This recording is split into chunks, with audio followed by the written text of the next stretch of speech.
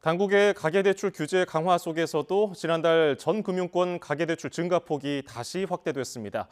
은행 대출을 조이자 풍선 효과로 이금융권 대출이 늘어난 겁니다. 한국은행은 일시적 반등으로 분석했습니다. 이승은 기자입니다. 지난달 금융권 전체 가계대출은 6조 6천억 원 늘었습니다. 금융당국의 가계부채 관리 강화에 은행이 대출 문턱을 높인 지난 9월 5조 3천억 원 느는 데 그쳤는데 지난달에는 증가폭이 1조 3천억 원 더 커진 겁니다. 이금융권으로 쏠리는 풍선 효과가 나타났습니다. 지난 9월 3천억 원이 줄었던 이금융권 가계대출은 2조 7천억 원이 늘었습니다. 2년 11개월 만에 최대 증가폭입니다. 이 가운데 주택담보대출이 1조 9천억 원 늘어서 7천억 원이었던 한 달 전보다 증가폭이 2.7배 커졌습니다. 특히 새마을금고는 지난달에만 가계대출이 1조 원 늘어서 상호금융권 전체 가계대출 증가액 9천억 원보다 많았습니다. 반면에 은행권 가계대출 증가세는 둔화 흐름을 보였습니다.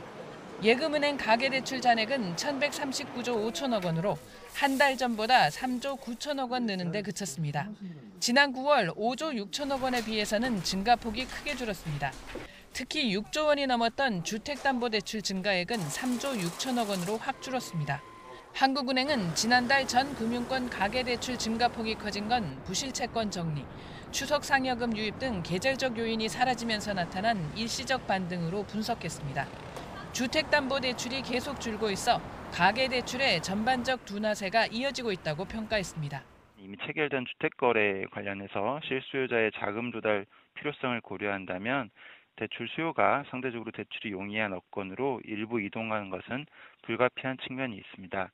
다만 이러한 대출 수요의 이동이 과거와 같이 업권 간 규제 수준 차이 등을 이용한 투기적 투자 수요로 이어지지 않도록 유의할 필요가 있겠습니다. 금융당국은 이금융권에 올해 남은 기간 가계대출 관리 계획을 요구하고 내년에는 은행권과 마찬가지로 연간 계획을 제출받기로 했습니다. 또 새마을금고와 농협 등 주택담보대출 증가세가 뚜렷한 곳을 대상으로 현장 점검에 나선다고 밝혔습니다. YTN 이승은입니다.